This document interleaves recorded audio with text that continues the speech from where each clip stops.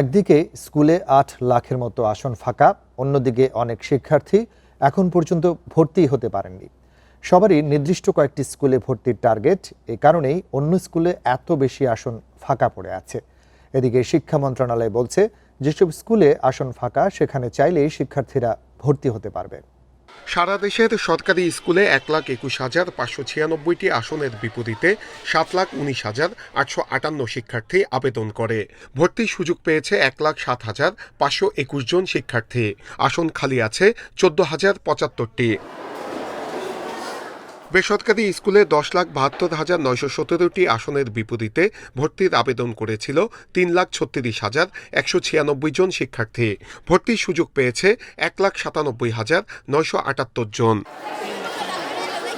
এ অবস্থায় ৮.৫ লাখের মতো আসন ফাঁকা থাকলেও অসংখ্য শিক্ষার্থী এখনো কোনো স্কুলে ভর্তি হতে পারেনি।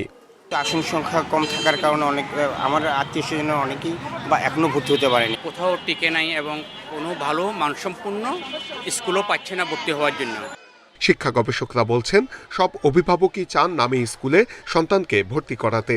এর ফলে বেশিরভাগ স্কুলের আসনই ফাঁকা থাকছে, আবার অনেক শিক্ষার্থী ভর্তি হতে পারছে না।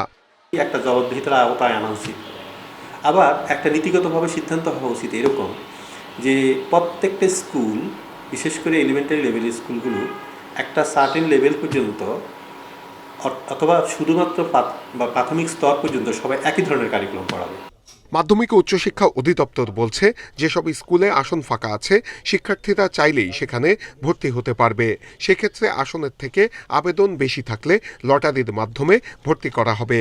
তারা কাঙ্ক্ষিত প্রতিষ্ঠানে ভর্তি হতে পারেনি, কিন্তু যেখানে এখনও শূন্য অবস্থায় আছে বা ভর্তি হওয়ার মতো সুযোগ আছে, সেখানে তারা আবেদন করলে শিক্ষা মন্ত্রণালয়ের নীতিমালা অনুযায়ী তারা লটারির মাধ্যমে, স্থানীয় লটারির মাধ্যমে ভর্তির আয়োজন করতে পারে।